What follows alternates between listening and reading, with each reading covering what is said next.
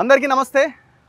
Fact finding నా మీద ముఖ్యంగా ఈ టీ న్యూస్లో కానీ ఇంకా కొన్ని సోషల్ మీడియా ఛానల్స్లో వర్టెక్స్ డిస్ట్రిక్ట్ అండ్ వర్టెక్స్ ఫ్లోరాంజా పేరుతో వర్టెక్స్ వర్మ అనే ఆయన నిర్మాణం చేస్తున్న దాదాపు 340 ఎకరాల్లో నిర్మిస్తున్న ఒక్కొక్క విల్లా 5 కోట్ల నుంచి 8 కోట్లకు అమ్మడానికి రెడీ చేస్తున్న ఈ విల్లాల ప్రాంతం ఏదైతే ఉందో మహేశ్వరం మండలం మాంకాల్ గ్రామానికి వస్తుంది. నా మీద వచ్చిన అలిగేషన్ మీకు అందరికీ తెలిసిందే. డబ్బులు తీసుకున్నారు, 50 లక్షలు ఒక ఆమె ఇచ్చింది, ఆమె దగ్గర నుంచి వీళ్ళు డబ్బులు తీసుకున్నారన్న ఒక ఆరోపణ చేశారు. ఈ వార్తలో వాస్తవం ఎంత, అసలు ఏం జరిగింది, ఈ వెంచర్ ఏంది, అసలు ఇందులో ఏ తప్పిదాలు లేకపోతే వీళ్ళు ఈ రియల్ ఎస్టేట్ కంపెనీకి మద్దతు ఇస్తున్నారా, కొన్ని సోకాల్డ్ ఛానళ్ళు కానీ సోషల్ మీడియా టీంలు కానీ. సో దీన్ని ఫ్యాక్ట్ ఫైండింగ్ కోసం మేమంతా రావడం జరిగింది. నా ముందు కెమెరాల లోగోలు అన్నీ మీకు కనబడుతున్నాయి. సో ఇన్ని ఛానల్స్ ఇంకా మైకులు పెట్టని వాళ్ళు కూడా ఉన్నారు. సో దాదాపుగా ఈ తెలంగాణలో ఉన్న యూట్యూబ్ ఛానళ్ళ అంటే డిజిటల్ మీడియాకి సంబంధించిన మిత్రులందరూ ఇక్కడికి రావడం జరిగింది. నాతో పాటు అందరం కలిసి ఇక్కడికి వచ్చాం. వాస్తవం ఏంటో ఈ సమాజానికి తెలియజెప్పడానికి. అండ్ నాతో పాటు పాషం యాదగిరి సార్, పృథ్వీరాజ్ గారు, అండ్ తెలంగాణ విఠల్ గారు, అండ్ సీనియర్ జర్నలిస్టులు సతీష్ కమాల్ గారు, అండ్ బీసీ టైమ్స్ నుంచి బీసీ నాయకుడు సూర్యారావు గారు, అండ్ నారగోని ప్రవీణ్ గారు, తెలంగాణ రియల్టర్స్ అసోసియేషన్ అధ్యక్షులుగా చిన్న రియల్టర్స్ని ఆయన ఆధ్వర్యంలో కొంత వాళ్ళకి రక్షణ కలుగుతూ ఉన్నది.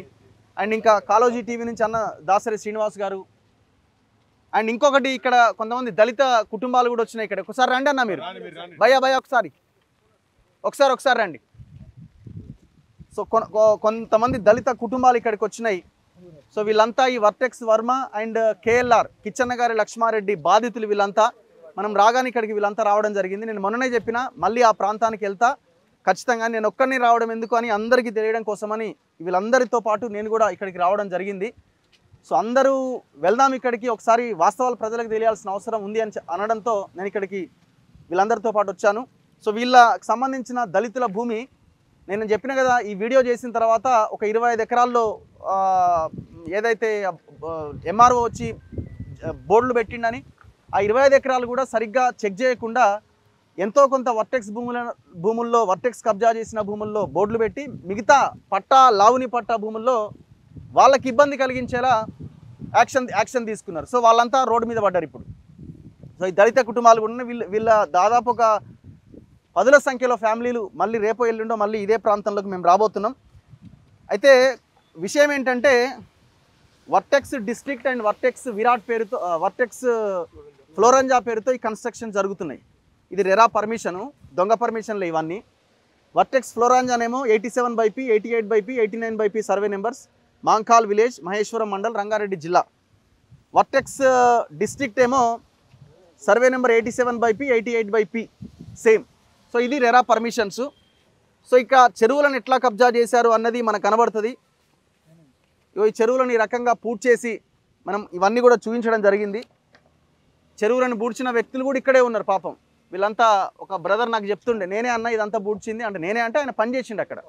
రాత్రింబవళ్ళు ఉండి ఈ చెరువులను ఈ రకంగా బూడ్చేసారు. ఇప్పుడు ఈ చెరువులను బూడ్చేసారు. బట్టి విక్రమార్క గారు ఈ చెరువు కబ్జా గురైంది అని 900 చెరువులు ఏమైనా ప్రకటించారు. అందులో ఇది ఒక చెరువు. 70% చెరువు 2014 నుంచి 2024 దాకా కబ్జాకు గురైంది ఆయన ప్రకటించింది. ఇరిగేషన్ ఏఈ ఎఫ్ఐఆర్ పెట్టిండు, ఎఫ్ఐఆర్ నమోదు చేసిండు చెరువు కబ్జాకు గురైందని. Govind BE assistant executive engineer irrigation officer. Hydraa Ranganath ఏమంటున్నాడే, హైడ్రా 2 కేసులు పెట్టింది అంటుండు. హైడ్రా ఏం కేసులు పెట్టింది, ఎక్కడ పెట్టిందో బయట పెట్టాలి. 2 కేసులు పెట్టింది అంటున్నారు కదా, ఈ కేసుని మీ కేసుగా చూపించుకుంటున్నారా? ఇరిగేషన్ ఆఫీసర్లు పెట్టిన కేసు ఇది. మీరు హైడ్రా పోలీస్ స్టేషన్లో నాకు తెలిసినంతవరకు ఒక్క ఎఫ్ఐఆర్ కూడా నమోదు కాలే, 0 ఎఫ్ఐఆర్ అంటున్నారు. మరి ఎక్కడ పెట్టిరు మీరు ఈ వర్టెక్స్ వాటి మీద కేసులు? మీరు బయట పెట్టాలా ఏంటిది? ఇవన్నీ కూడా లేఅవుట్కి సంబంధించినవి. ఇంకా ఇందులో ధరణిలోకి వెళ్ళినా కూడా మీకు అంతా కూడా ఎయిర్పోర్ట్స్ ల్యాండ్ కబ్జా అయినాయి. ఇవన్నీ కూడా చాలా క్లియర్ కనబడతాయి. అసైన్ ల్యాండ్స్ ఇవన్నీ డేటా మన దగ్గర ఉన్నది. సీలింగ్ పట్టా అంటే ఈ సర్వే నెంబర్స్ చూస్తే మనకు అర్థమవుతుంది. సర్వే నెంబర్ 68 ఇట్లా 87, 86 ఇవన్నీ కూడా ఒకసారి చూడండి. అయితే ఇక్కడ మెయిన్ ప్రాబ్లం ఎక్కడ వచ్చిందంటే ఇప్పుడు చైతన్యారెడ్డి అనే ఒక మహిళ కంప్లైంట్తో ఇవాళ ఎఫ్ఐఆర్ అయిందని అంటున్నారు. ఎవరు? రంగనాథ్ అంటున్నాడు. ఆ 150 ఫీట్ రోడ్ ఏదైతే ఉందో ఇక మనం నిలబడ్డదే ఇదే 150 ఫీట్ రోడ్. కొంచెం సైడ్కి వస్తే ఇదంతా కూడా మీరు 150 ఫీట్ రోడ్ అనమాట. ఇది 150 ఫీట్ల రోడ్డు. అయితే ఈ రోడ్డుకి కనీసం ఎలాంటి పర్మిషన్ లేదు. గ్రామ పంచాయతీ పర్మిషన్ కానీ, మున్సిపల్ పర్మిషన్ కానీ, నాట్ ఈవెన్ సింగిల్ పర్మిషన్ లేదు. మరి ఇంత పెద్ద రోడ్డు ఏ పర్మిషన్ లేకుండా ఎట్లా కట్టిరు అని అంటే దానికి సమాధానం లేదు. అయితే దీన్ని హెచ్ఎండిఏలో ఆర్టీఐ కింద అడిగిరు, ఈ రోడ్డుకి పర్మిషన్ ఉందా అని. ఆర్టీఐ కింద అడిగితే ఏమన్నారు? In this regard it is to inform that as per available records this office has not given any permission for formation of 150 feet wide road. ఇది ఎవిడెన్స్. ఇంతవరకు దీని మీద యాక్షన్ తీసుకురా లేదు. తుక్కుగూడ మున్సిపాలిటీ కూడా వాళ్ళని కూడా ఆర్టీఐ కింద అడిగితే ఇప్పుడు నేను చూపించిన 150 ఫీట్ రోడ్కి పర్మిషన్ లేదని as per HMDA master plan 150 proposed road passing throw survey numbers 5, 122, 145 and 136 in Mankal village, Maheshwaram Mandal, Rangareddy district, verified the records available in the office, not given any permission for formation of road. Very క్లియర్గా. అంటే ఇది ఎవరు RTI పెట్టినారంటే ఇక్కడ ఉన్న local వాళ్ళే పెట్టిరు. దీనికి ఏమైనా పర్మిషన్స్ ఉన్నాయా అని, ఈ సర్వే నెంబర్లో గుండా పోయిందా అని. No permission. హెచ్ఎండిఏ పర్మిషన్ లేదు, తుక్కు కూడా పర్మిషన్ లేదు. మరి ఇప్పుడు ఇది మరి రంగనాథ్ దీన్ని ఎందుకు కూల్చాడు? ఇంకా మనం ముందుకెళ్తే ఇంకా వాస్తవాలు కనిపిస్తాయి. చెరువులు ఎట్లా కబ్జా చేసిర్రు, ఇందులోంచి వెళ్ళిన నాలాని ఎట్లా డైవర్ట్ చేసి కల్వర్ట్ కట్టిర్రు, ఇవన్నీ కనబడతాయి. ఇదొక్కటే కాదు, ఇక్కడ దళితులకు సంబంధించిన భూమి చాలా కీలకం. నేను ప్రధానంగా ఫోకస్ చేసింది కూడా వీటి మీదనే. 2021లోనే ఈ భూములన్నీ కూడా అసైన్డ్ ల్యాండ్స్, వీటిలో కన్స్ట్రక్షన్స్ చేయడానికి వీలేదు, పర్మిషన్స్ ఇవ్వకూడదని చెప్పి ఎవరైతే అసైనీస్ కొంతమంది తీసుకున్న వాళ్ళు ఉన్నారో వాళ్ళు వేరే వాళ్ళకి అమ్మకాలు కొనుగోలు జరిపితే 2021లో ఆనాడు ఉన్న ఎంఆర్ఓ జ్యోతి గారు ఆమె వారందరికీ నోటీసులు ఇచ్చింది, ఇది అమ్మడానికి వీల్లేదు అని.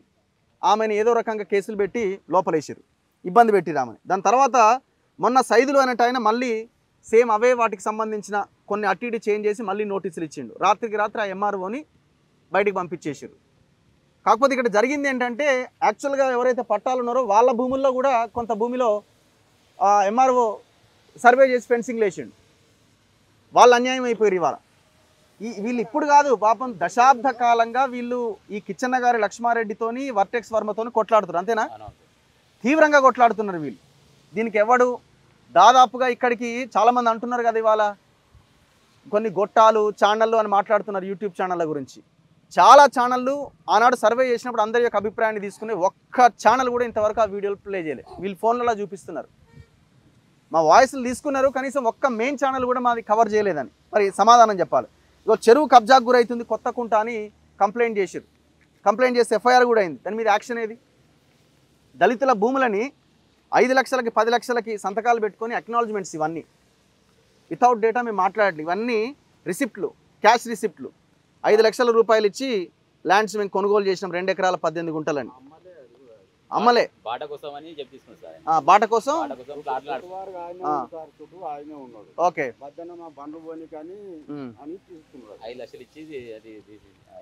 సో ఇట్లా వీళ్ళందరినీ మోసం చేసిరు. మరి ఇంత పెద్ద భయంకరమైన ఇది జరిగితే మాకు 50 లక్షలు ఇచ్చిరని, వీడేదో 1 కోటి రూపాయలు ఇచ్చిండని, ఇట్లా రకరకాలుగా వార్తలు ప్రసారం చేసి ఒక రకంగా క్యారెక్టర్ అసాసినేట్ చేసే ప్రయత్నం చేస్తున్నారు. అందుకే ఈ మొత్తం ఛానల్ దాదాపుగా ఉన్న డిజిటల్ మీడియా మిత్రులంతా ఇక్కడికి వచ్చారు. మీరే వాస్తవాల్ని ముందుకు తీసుకెళ్లే ప్రయత్నం చేయండి. And with records on record నేను ఇక్కడికి తీసుకురావడం జరిగింది. ఒకటే అడుగుతున్నాం, దళితుల భూములు ఉన్నాయా లేవా? ఇందులో ఎయిర్పోర్ట్ ల్యాండ్స్ ఉన్నాయి. మీరు ధరని ఓపెన్ చేస్తే అన్ని ఎయిర్పోర్ట్ ల్యాండ్స్ కనిపిస్తాయి. మరి ఎయిర్పోర్ట్ ల్యాండ్స్ ఎట్లా కబ్జా చేస్తాడు? ఎయిర్పోర్ట్ అథారిటీ ఏం చేస్తున్నది? ఎయిర్పోర్ట్ ల్యాండ్స్, దళితుల భూములు, 2 చెరువులు, ఈ 150 ఫీట్ రోడ్డు మధ్యలో కల్వర్ట్. మేము ఇన్వాల్వ్ కాము, మేము ప్రైవేట్ భూములలో ఇన్వాల్వ్ కామంటే మరి ప్రైవేట్ భూములలో పోయి కూలగొడుతున్నావు కదా నచ్చిన చోట. అందుకే మేము అంటున్నాం ఇవన్నీ వీళ్ళ పట్టాలు, ఇవన్నీ వీళ్ళంతా దళితులు, వీళ్ళంతా పాస్బుక్లు ఉన్నాయి వీళ్ళకి. మరి ఇదంతా ఎవడు మాట్లాడాలా? ప్రధాన ప్రతిపక్షంగా ఉన్న బీఆర్ఎస్ వాళ్ళు ఇవాళ ప్రచారం చేస్తున్నారు కదా, డబ్బులు తీసుకున్నారని. హైడ్రానే మీరు నెత్తికెత్తుకుంటున్నారు కదా టీ న్యూస్. మరి రావాలి కదా ఇక్కడికి, వీళ్ళ సమస్యని మీరు చూడాలి కదా. సో వాట్ నెక్స్ట్ ఏం చేద్దాం ఇంకెవరైనా చెరువు దగ్గర పోయి అటు పోయి మనం ఒక 2 85 సర్వే నంబర్ కూడా ఆక్యుపై చేసుకోలేదు వాళ్ళు.